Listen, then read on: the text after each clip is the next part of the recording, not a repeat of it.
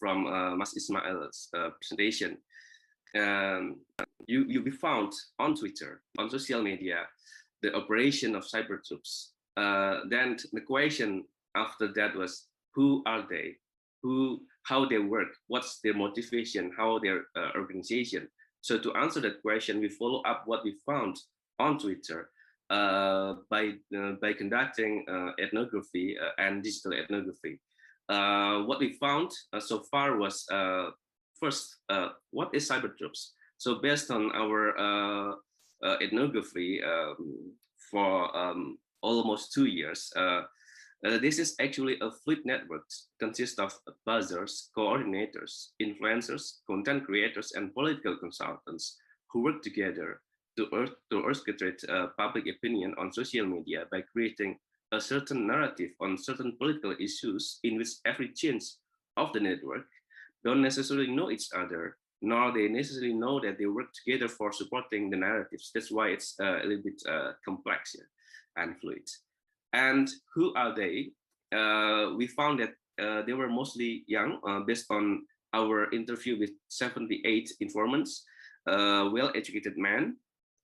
So only small number of women there, below 45 years old, generally 25 to 35 years old, well-educated, mostly at least bachelor degree, computer savviness, creativity, digital literacy.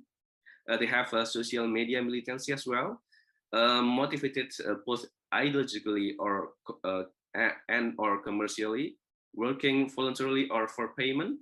And the metamorphosis was they were initially volunteers and then become a project based buzzers and then coordinator, and some of them they got high status position in government or business or owner of a buzzer company. Some of cyber troopers, for instance, when they got married, the minister came to their attending their marriage to become the witness of the marriage, saksi nikah. Okay, and we found that the funding of an organizations, buzzers, more or less, they got 50 until 100,000 rupees per account, or 207 million per project. So buzzer are those who use anonymous accounts, yeah, to buzz something. And content creators, they got more or less 4 million per project. Coordinators, they got 200,000 per account, or 5 to 15 million per project. And for influencers, they got around 20 million rupees per project, or political position as commissioner or government's project. So one disclaimer here that out of 78 informants, not all of them, of course, share this thing and the salary or this funding. But for those who answer our questions, that this is what we got. And where are the resources of the funding? First of all, we found that this is individual politician. Usually from, so what informants suggested, this is usually from a politician's personality, legislative candidates during the presidential election. They have lots of money.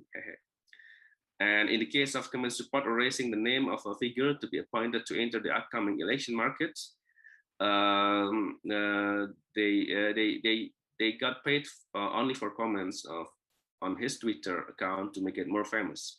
So, you know, in a time like this, as we are doing research right now, some of our researchers, because they were here before, they were social media activists as well, they got offer, for instance, to get boosted, to boost one politician for the 2024 election. Okay, and it's also from political parties. So one informant suggested the source of the funds came from elements of political parties, some from elements of donations. So that's how it is. Those who donate are the ones who have the money. Those who don't have money contribute energy and thoughts. And also from government, and we found it was mentioned quite often in the case of normalizing new normal. So one informant suggested, yes, if we are, there are several, the ministry asked for it, we get it from the ministry. It's part of a socialization fund. This is for TV, not always TV. You don't have to go to the media. So I have a projection that later the budget for socialization public relations will be divided into three: social media, online media, and TV. Okay, and this is the emphasis for the new normal. The new normal is different. New normal is Jokowi's interest. There's a minister in charge. There are three ministry in charge. Well, maybe the funds come from there, the budget. So this one buzzer suggested to us. And also from the business person. So during the election, this was the case in the 2019 election. So many entrepreneurs or business person approaching the candidates. One of them was approaching the vice presidential candidate, and our informant, who was the close person in a vice presidential campaigning team, he suggested that some of the businessmen were rejected, but some of them were accepted. I mean the money. Okay, so what? How was the languages of the social media propaganda? We found that in our digital ethnography for this part, this is the kind of language. So attacking those who are critical to the governments are some of the language. Gerombolan itu mengejek-ejek pemerintah, masalah lockdown dan memuji Vietnam, negara komunis. Wabah COVID-19 coronavirus mewujudkan wajah asli kemampuan PKI gaya baru, for instance. So they're attacking them as communists, those who are critical to the government. Or social justice warrior are named for those who are critical. This is for the case of other case in Papua. This is not cyber troop. This is, I think, Dr. Rostapsel, promoting our seminar this morning on his Twitter. Okay, another language is using doxing, so taking a personal account of someone to put it on Twitter.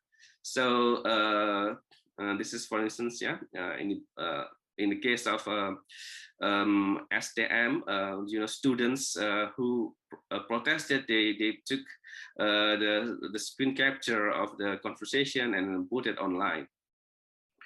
Okay, and this is another method of doxing. So in addition to the 5 cases that I mentioned, I also conducted, as you could see, you could read in Inside Indonesia, about the digital coup inside Party Demokrat. So this is the kind of doxing. So AHY back then was phrased as having an affair with someone else. So they cropped the picture, AHY with a woman, and then they frame it as as a Cina terlarang, or as AHY, the chairperson of Democratic Party, Partai Demokrat, having a mistress.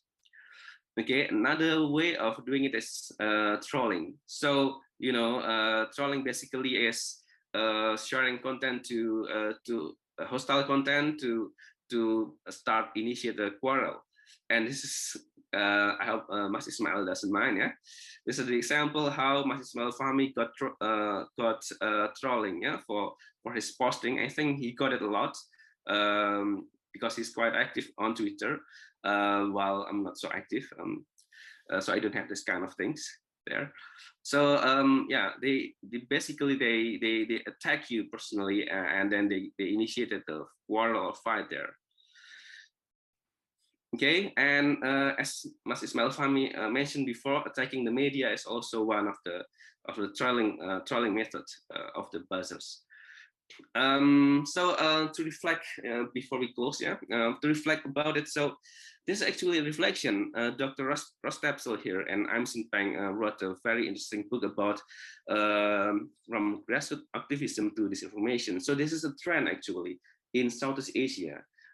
As well as in Indonesia. In the conclusion of the book, Marco Bunte wrote nice lines in which this is the trend was the internet today, the social media today was used by the authoritarian regime to become authoritarian, and the newly democracy, the regime used it, and as a result, we have a democratic regression.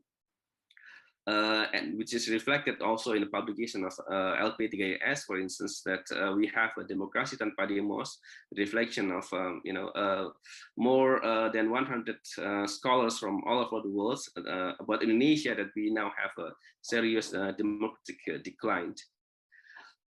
But in this occasion, I would like to go further that this is also actually a reflection of the rise of digital authoritarianism, in which the use of different digital technologies for surveilling, suppressing, and manipulating citizens, using the dissemination and misinformation and so forth.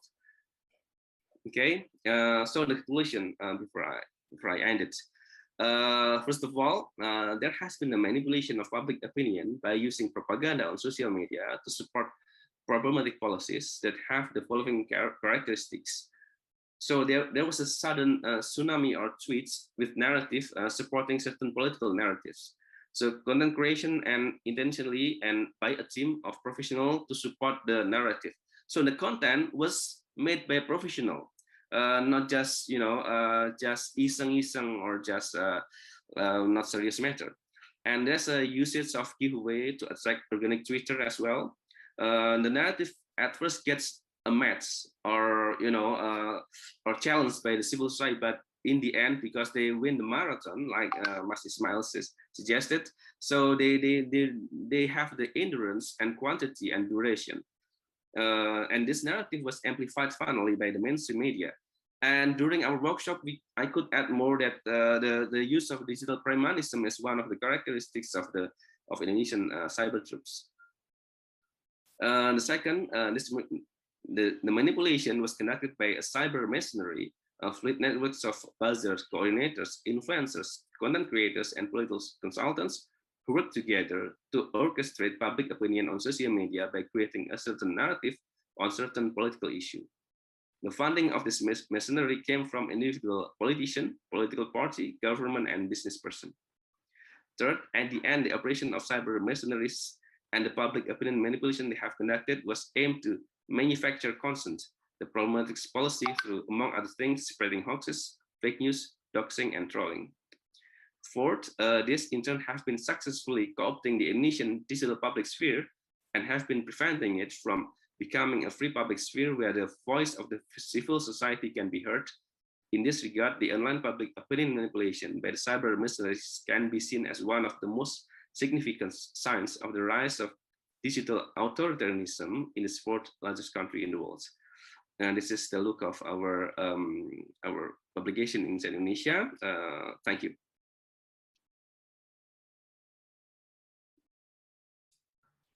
Wonderful.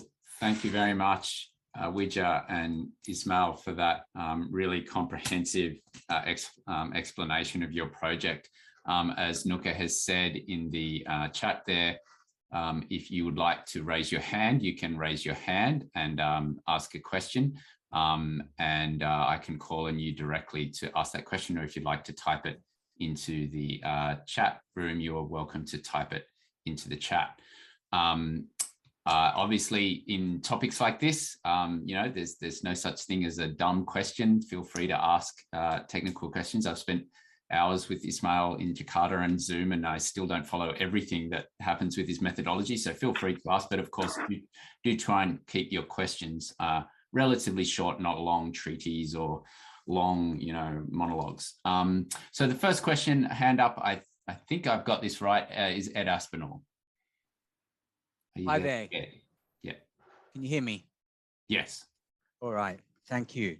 Thank you to our two guests for a great presentation. Very interesting. So I guess my question is sort of a bit of an obvious one. So obviously we see these buzzers, and your presentation is really very thorough in outlining, how they're organized and what they do. And we see they're very successful in flooding social media with this material. But I guess the question is, what's the effect beyond that? Do we know if they really do have a bigger impact on public opinion, on shifting media narratives? It might well be, what's the